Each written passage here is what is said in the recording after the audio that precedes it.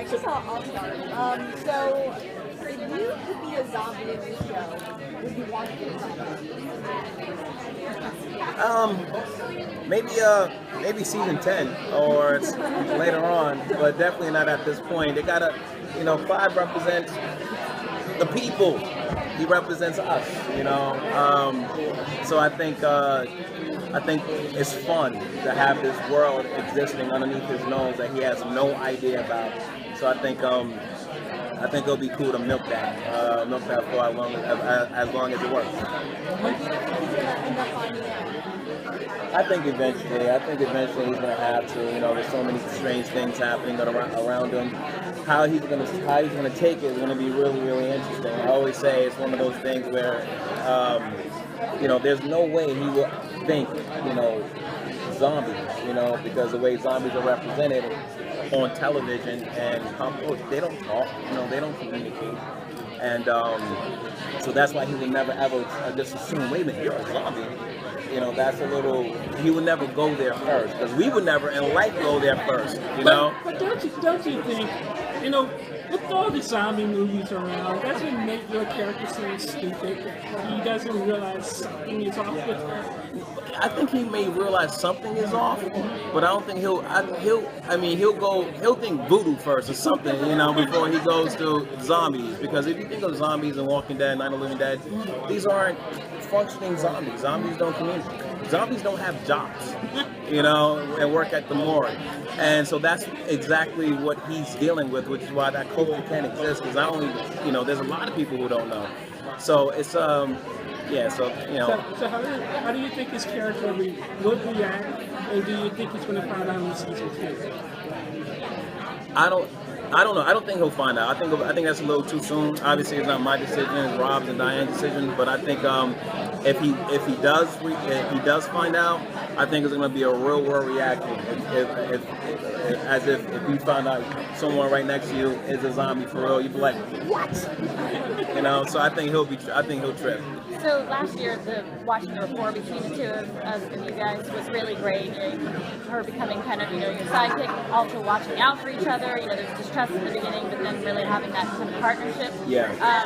How do you think that's going to grow this season? What has Rob and Diana told you in terms of where they want you guys to go? Because, so much has changed now with the morgue and with how she's going to be able to operate. Is that going to affect how she's going to be able to operate in tandem with you, too? Yeah, I think so. I think it's going to create, and I think also another factor is the fact that he's on the major being involved in, the depth of, his lieutenant. Yeah.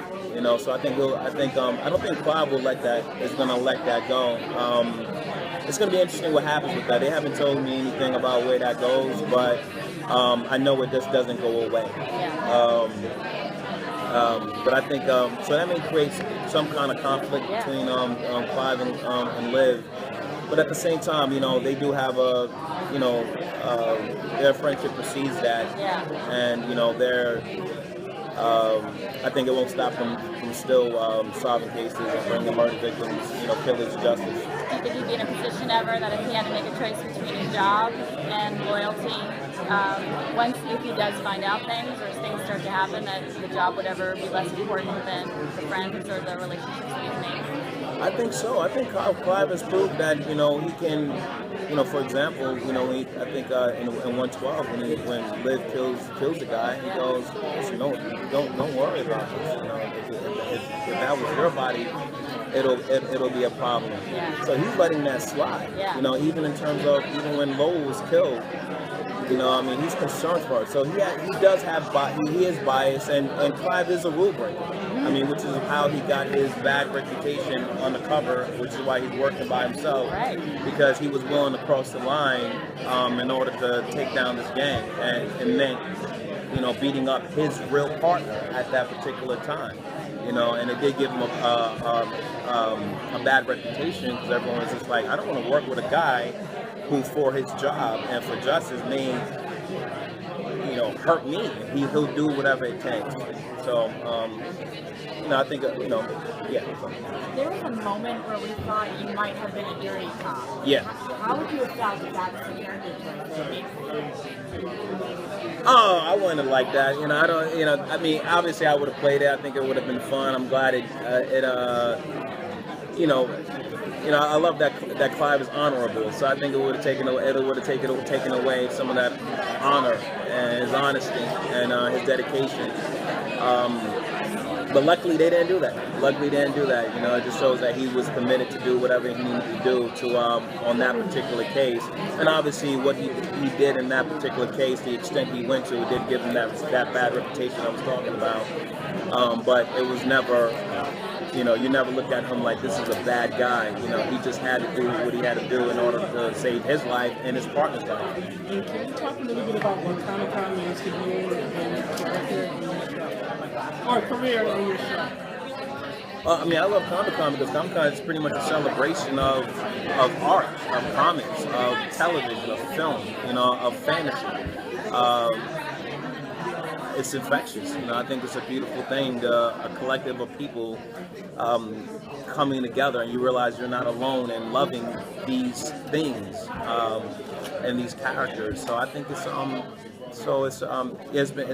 been great. It's been an honor to be here. And did you consider yourself a nerd or anything before you came here, or did it just come? I'm more of a tech nerd. I build computers, and I can build websites, and I can do all this. I'm an editor, so I'm more of a technology geek, hardcore. My castmates can tell you. You see, I can talk to you all day about that.